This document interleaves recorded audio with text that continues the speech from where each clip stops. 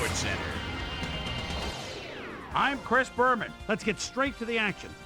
In our first game this week, we had the Titans walk away with a 6-point victory. Roy Williams stepped it up this week and gave his team some added firepower for the win. In a long-standing NFC rivalry, we had the Seahawks pick up win number 2. Jim Kleinsasser pulled down 100-plus receiving yards and helped his Vikings beat the Bears. Ravens, Bengals.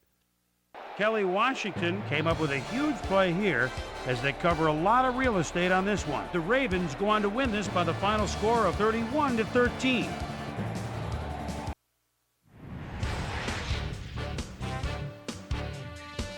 In the nation's capital, Washington, D.C., we had the Redskins very confidently win by 16.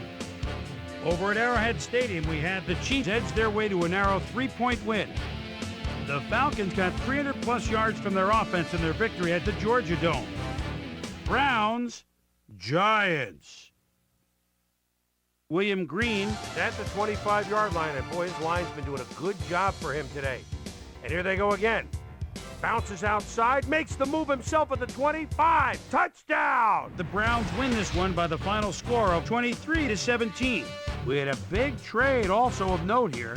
Trey's got the lowdown for us. Trey? We'll shift gears now just a little and have a look at a few trades that should certainly be of interest. Kennard Lang leaves the Browns and will be on his way to the Cardinals. So he should be a great addition to that defensive line from his slot as an outside pass rusher. In exchange, they'll get someone to beef up their roster. Larry Fitzgerald is a guy that ought to be able to fit right in with his new club, and he should make his presence felt over time.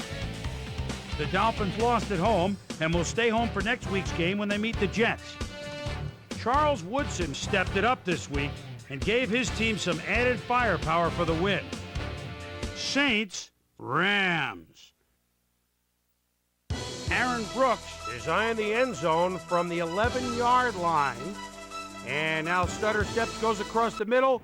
Beautiful pass, touchdown. The Saints win this one by the final score of 26-23. Peyton Manning went to the end zone 4 times and helped his Colts beat the Packers. We had a big injury in this one, and Trey has the lowdown for us. Trey? All right, Boomer, thanks. In front of you, we've got the AFC Infirmary Report. And as you can see, they were hit hard this week. Benji Olsen might be the biggest loss on this list.